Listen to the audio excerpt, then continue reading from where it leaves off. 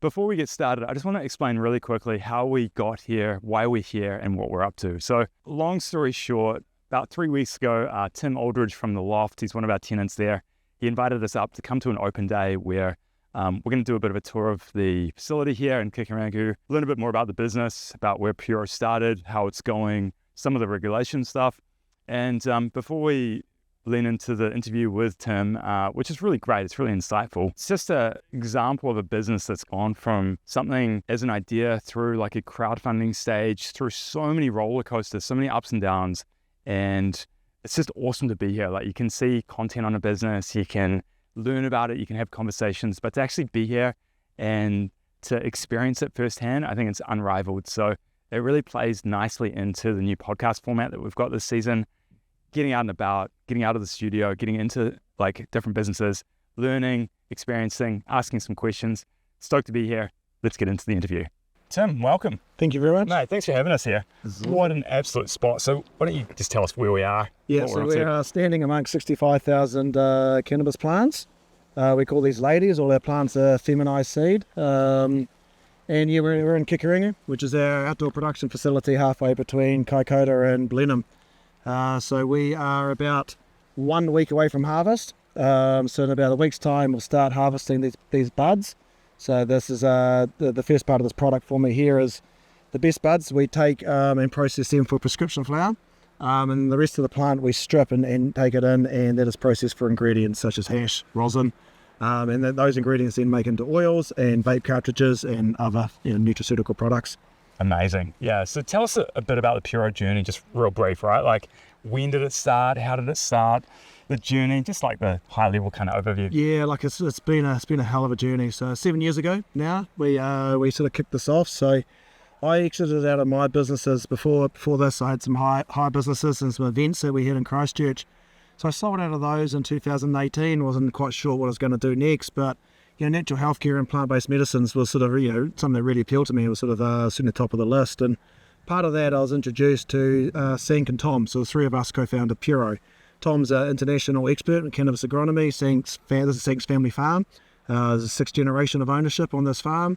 And Sank's got a banking and a finance background. So the three of us, we essentially launched Puro in late 2018. And that was 2 years before the regulations came into play. So 2020 was when medicinal cannabis was actually legalised here in New Zealand. We were the first company to be issued a commercial licence to produce.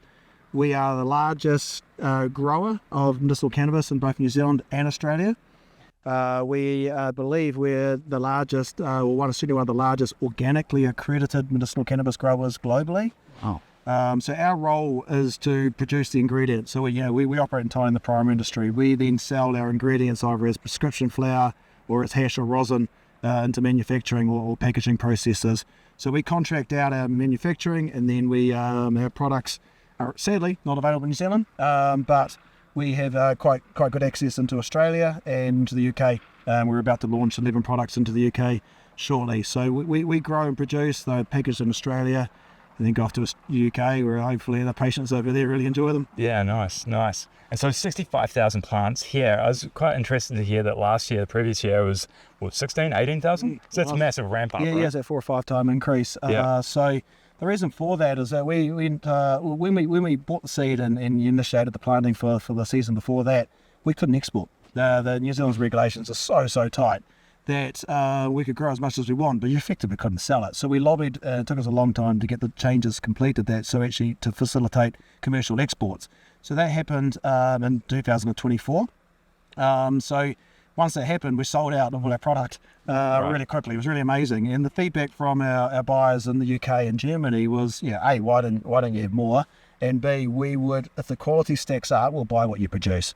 So we came back from back in mid last year. We had a really good sales trip over to those regions. Sat down for a bit of strategy and quickly worked out our biggest risk in the business is running out of product. So we went from 16,000 plants last year to harvesting 65,000 this year. That's enough demand to fill both the Australian and the UK markets. And then we are looking to enter into Germany, which is the largest market in the world. So that's this year's goal was to inch our way into Germany. If we're successful there, and assuming we are successful, our pending product launches into the UK, then we'll go again. So we can produce, we kind of maybe up to 100,000 plants in this site. Yeah. which is clearly a lot. And yeah, put that in perspective, we grow more cannabis, or we believe we grow more cannabis here than the rest of New Zealand does combined. Wow. It's and last year we exported all the cannabis that was exported from the country. We exported 75% of it. So there's another 40 to 45 license holders who are licensed to manufacture cannabis, to grow cannabis. We exported 3 times more than everyone else combined. Wow. So like we are, and you just got to be. You get the price points and the margins and the efficiency. You've got to do this at scale. But yeah, what we're doing is quite unique, being organic. Like, obviously one of the few, they are organically accredited. We're outdoor growers, so you get the full flavour, the full terpenes, and we live dry. So most cannabis, medicinal cannabis available throughout the world is artisanally dried. So it's traditional dry. It takes about 10 days, a slow dry, and you'll find the buds, they shrink down to be quite tight little nugs. Our product, we don't dry it, we freeze it, and then when the order comes through, we take it to the freezer, put it through the freeze dryer, which is not a live drying process, extracts the water out, and then the bud does not shrink. So you get this bright green, beautiful, or bright purple, beautiful cannabis flower. So it's very, very different in look, appeal, and flavour. So we're just seeing that's, we're getting a lot of market traction on the back of that. And the opportunity just to be able to differentiate ourselves both from a product format, but a brand. Brand New Zealand's loved, absolutely loved. And in the UK and in Germany, it's really humbling actually to come back from those markets. They enjoy kiwis, they value kiwis. Our regulations are trusted. Our ability, we've got a really strong reputation for primary produce. So we have fortunately been able to leverage that. Like our name Puro is a play on 100% pure New Zealand. So when we set up and developed the company brand and so forth, it was always an export play. So it's been a real key focus. Sadly, we're not in New Zealand. The regulations here are just a little bit too tight. It's a bit too hard.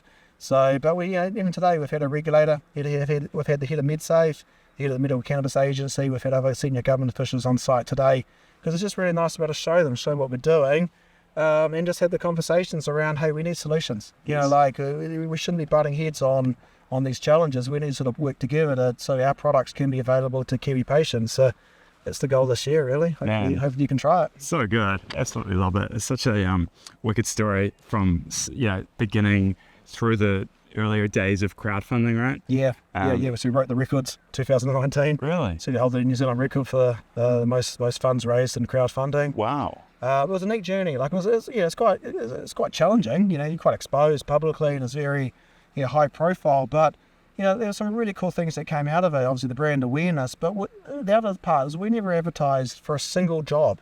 With recruitment, every single person for the next 2 years after that came to us and said, I really like your story. Here's what I'm doing currently. Do you think it's an opportunity for me to come into this industry? Yeah. So we got to, fortunately got to cherry pick some amazing people. And you kind of see they're here, met a few of them today. Yes. They're still here with us. And why, the why that we've managed to succeed when, almost every other company has sadly fallen over or is not really going forward.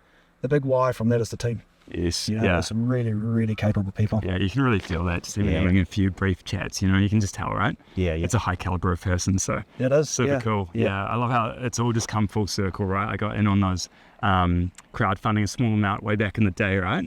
Based on the connection to you. Yep. And then meeting up through the loft again. It's been super cool to experience it today. It's really, I enjoy. I love working at the loft. It's a cool environment in there too. Yeah. You get to see me. Sometimes it's things are going good and nice and cruisy. Other times it's headphones on. A little bit, right? I got to focus. But to go from talking about it and seeing the content online to actually being here, it's just a totally different thing. To be honest, it's such a valid point because we can show videos, photos, talk to it, but until you stand here, smell it, sense it, feel it, it is just like, wow. Oh man, like when you invited us up, it was just like, no brainer. We're clearing everything, it's happening, right? Honestly, I don't want too many people to say no to. Do you want to come to the world's largest organic cannabis farm?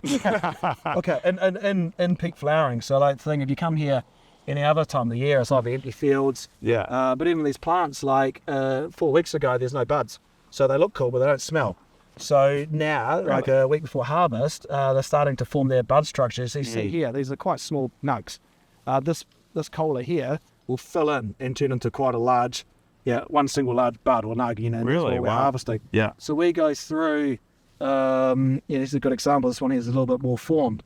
So we'll go through and take the best buds off each plant, Those are then allocated for the prescription flower, and then we go back through and do a run through the whole field and pull it off for extraction and processing for ingredients. So it's but yeah, so this right here in sort of late March is the best time to come, which is sort of why we put late minute, but we thought we'll have a wee open day, show a few of the locals, a few of our suppliers, the award winners. So we were recently awarded won the Excellence in Primary Industries and the Supreme Award and the Marlborough Business Awards. Wow. So we've got the Chamber of Commerce and all the other award winners here today. So that's sort of the purpose of kind of just showing a wee bit of love and opening the doors a wee bit to the community. And it was really, really neat opportunity to get you up. Love that, man. Thank you. So, no worries. If you were to think like over the whole journey, if you were to condense that into one biggest obstacle, regulations. Yeah, so it's like exactly. How do you control? It's lobbying. It doesn't matter how hard we worked, how good we were, how much funds we raised, how innovative we were. It was a ceiling, absolute ceiling. And it's just been, it's really unfortunate. I'm not saying like, the regulators we actually do have a good regulator. Like you see it today, we're in conversations, but they've only got so much bandwidth to be able to control, because it then becomes political thereafter.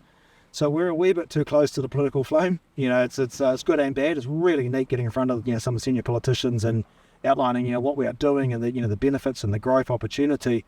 But it's hard work, It's so tiring. But it's really sad. New Zealanders, we kind of consider ourselves as progressive, but in our experience in this industry, we're about 10 years behind. Most of our major trading partners. So this product is THC. A lot of what we produce, all these cultivars, these ladies up in the field behind us, that's CBD. Okay.